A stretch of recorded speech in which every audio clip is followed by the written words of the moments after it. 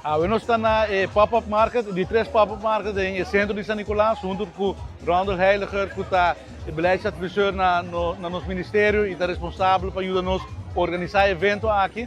We estamos em 46 vendas, 46 companhias rubiano chiquito que vendem produtos, artesania, arte, comida, bebida, diferentes produtos que a mesa traz, localmente produzidos. Nós temos turistas que vêm de Pobal, de Méria, também grupo de Secrets, grupo de Quibrahacha.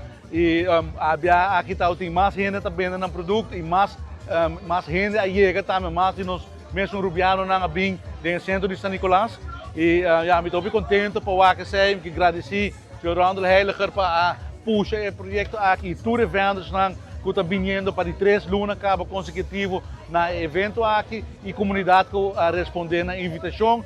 E nós também seguimos puxando aqui está nos empresários chiquitos local, aqui está São Nicolás, nós queremos desenvolver, nós queremos para a gente bem, nós queremos atividade e nós queremos dar aos empresários chiquitos espaço para não por vender um produto. Então, estamos muito contentes e nós esperamos que nós podemos contar com a participação da comunidade de Aruba.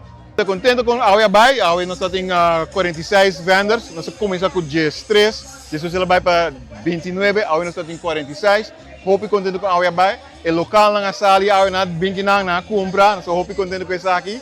Também danke na Secrets a trobe a mano bus de turista. Muito contente com isso aqui. Também Quibrahacha com a vinco na gente nang. Mas danke por isso. E também com Marriott Hotels. Também com Kunuku Bus. Também tem gente para nós, hope contente com ela vai awe e nós vai seguir outro luna no teatro dia 3 de dezembro e me quero mais ainda bem que não.